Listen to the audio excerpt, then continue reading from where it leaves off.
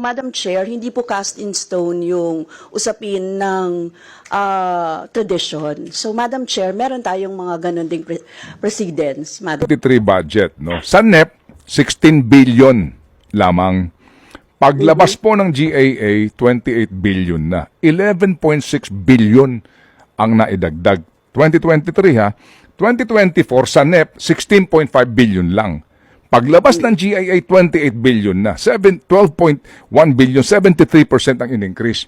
Tanong namin dito, kailan pa po nagkaroon ng open public hearing para pag-usapan po ang budget ng Kamara? Yeah, actually yan, kasama yan sa dinidiscuss kapag deliberation ng budget. So nagkakaroon ng portion kung saan dyan ay... Kailan pa po ito? Kailan pa po ito pinag-usapan in open hearing? At who defend the budget of the House? Ang nagde-defend po niyan ay member of the House din. Kasama siya doon sa plenary deliberation. Pero wala ito sa committee, ma'am? Wala ito sa committee? Sa committee, wala po sa committee. Oo. Ay bakit wala sa committee, ma'am? Bakit wala sa committee? Considering, ma'am, Madam Chair, na lahat ng departamento, lahat ng bureau, pinasisipot ninyo bakit pa pinag-uusapan na ang budget mismo ng Kamara, ba't walang committee hearing na para na mapapanood namin? Ano po siya, kasama siya ng parang mga attached agencies din na dinideliberate. Oo nga no, wala po sa committee hearing yan. Anong attached agency? Anong attached agency? The House is one sole independent entity. Paano attached agency? Saan to naka-attach? Sa legislature, dalawa lang naman sila Senate and the House. Oo. But usually, nakalagay siya sa sa plenary deliberations nilalagay. Hindi pero sa, wala sa committee. Wala sa committee, oo. But is that appropriate?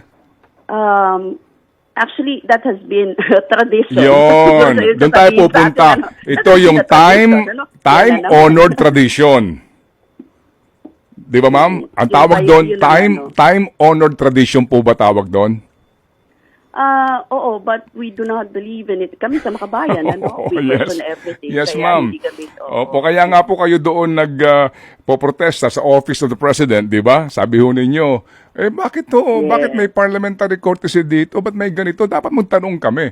So siguro kami ngayon na taong bayan, tatanong din, bakit ho sa Makabayan Block, hindi kayo mag-invoke ng ibasura natin tong time-honored tradition o parliamentary courtesy at tumawag kayo ng committee hearing sa budget mismo ng Kamara?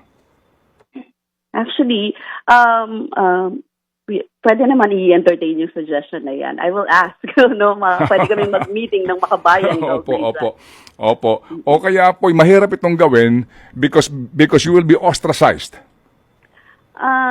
Siyempre, kasama yun, kabahagi yun. Palagi naman kami ostracized. Hindi na kami bago sa TED. Ibig sabihin, kahit naman anong gawin namin, we're in the opposition. Yes, talaga yung Opo. Pero ma'am, just to stress the point, kayo mismo nagsasabi na walang imbitasyon ang Makabayan Block sa anumang committee hearing on the proposed budget of the House of Representatives.